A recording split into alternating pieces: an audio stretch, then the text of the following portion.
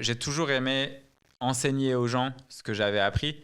Et c'est vrai que je pense que la France, en fait, pour moi, c'est un pays d'inventeurs. C'est un truc qui a...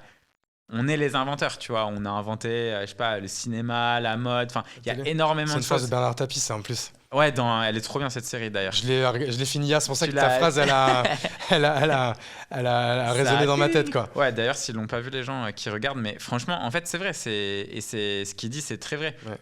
C'est la France, c'est un pays d'inventeurs. Et pourtant, on n'est pas la première puissance mondiale. On est très loin derrière, tu vois. Ouais, c'est ça, Et exactement ça, la phrase, quoi. ça va être que des trucs comme ça. Et quand tu regardes en fait d'autres pays comme les US et tout, tu vois qui nous écrasent. Alors que moi, tu vois, je bosse avec les US, hein, et les gens sont pas plus brillants là-bas, tu vois. Mais par contre, en business, ils sont 200 fois meilleurs. 200 fois meilleurs. Mais quand tu regardes OpenAI, ChatGPT, combien il y a de personnes qui viennent de Polytechnique, combien de personnes qui viennent du plateau de Saclay, des masters de mathématiques, etc. français. Bah ouais, il y en a plein en fait. On a le talent, mais on est nul derrière. Et ça, je pense vraiment. Et d'ailleurs, je pense qu'ils le disent aussi dans la série. Enfin, moi, je suis vraiment aligné avec ça. C'est qu'il y a une partie qui est optimiste et une partie en fait qui a été déçue, tu vois. Il y a une partie qui rêve et il y a une grosse partie en fait qui pense que leur vie est déterminée par les politiques qui sont élus, que c'est jamais de leur faute, que tout ça.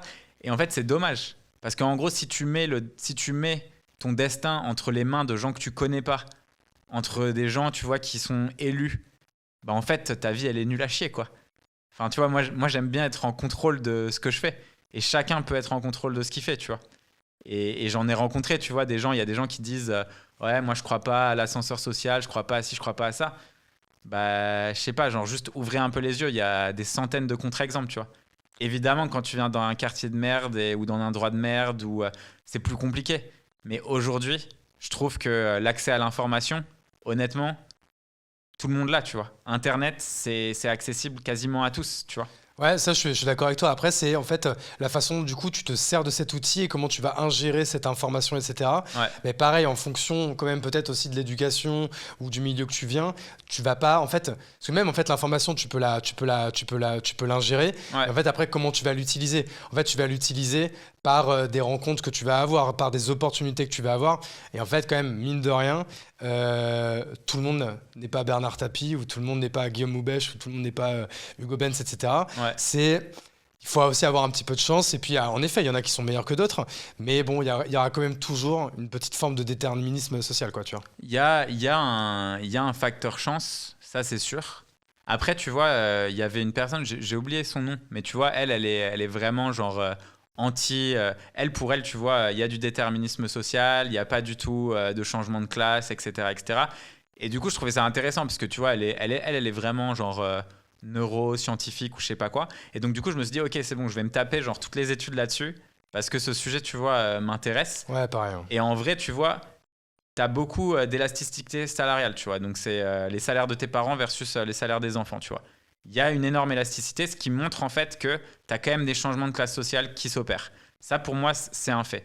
Ensuite, est-ce que ton environnement détermine ce que tu vas devenir? Oui. Tu vois, on l'a vu avec des jumeaux qui sont C'est totalement statistique, en séparés. fait, quoi. Mais tu vois, tu as des gens qui sont déterministes par l'ADN de la personne, tu vois, en disant, ben, machin qui naît de tel parent, ben, en fait, peu importe son environnement, il arrivera jamais, tu vois, à se Ah non, développer. pour moi, c'est qu'une Et question d'éducation et d'environnement, ouais. ouais, mais et donc après, tu vois, la question, si tu te dis, c'est l'éducation et l'environnement, tu te dis, bah, ok, comment est-ce que, je trouve que c'est un problème ultra intéressant, tu vois, c'est comment est-ce que tu fais pour que l'environnement de beaucoup de personnes puisse changer, puisse évoluer, tu vois. Ça, en fait, on en revient du coup à ce Ouais. que tu étais en train de dire, que toi, en fait, quelque chose qui t'animerait, c'est de trouver une solution comment, à plus grande échelle, on peut en fait aider un certain nombre de jeunes, de Français, Ouais. etc. En fait, par l'accès à l'information et par en fait la démocratisation aussi de cette information, quoi. Ouais, de ouf. Bah, en fait, déjà, c'est simple, hein, tu vois le parcours Pôle emploi. Enfin, les Pôle emploi, quand tu leur dis je veux créer une boîte, bah, moi j'ai commencé, j'étais au RSA, tu vois. Donc, ma meuf de l'époque, elle payait un loyer, on était dans genre 25 mètres carrés à deux et tout. Bah, tu vois, genre, ils m'inscrivaient à leur formation et tout, mais c'était horrible.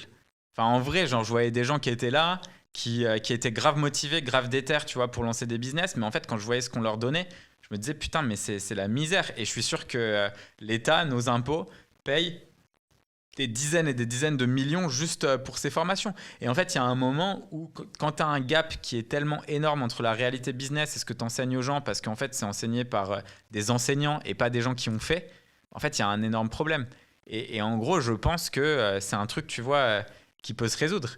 Et c'est vrai que si on a envie de devenir une nation d'entrepreneurs, et je dis pas que tout le monde doit devenir entrepreneur, tu vois, mais je pense que c'est... En fait, moi, je suis plus... C'est juste, en fait, c'est quand même le meilleur levier pour se sortir de cette Ouais. situation.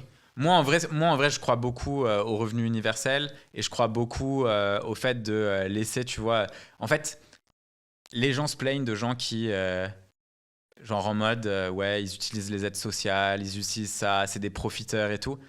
Il y a un moment, j'ai envie de dire, mais qu'est-ce que tu profites quand tu prends 1000 balles par mois? Bah oui. Franchement, enfin, tu vois, genre, oui, ok, c'est peut-être un gars qui taffe au black à côté, qui prend un peu de cash et qui arrive à 1005, 1006. Ouais, c'est sûr. Et c'est sûr qu'il y en a qui charbonnent pour ce salaire, tu vois. Et c'est sûr que c'est dégueu pour eux, tu vois.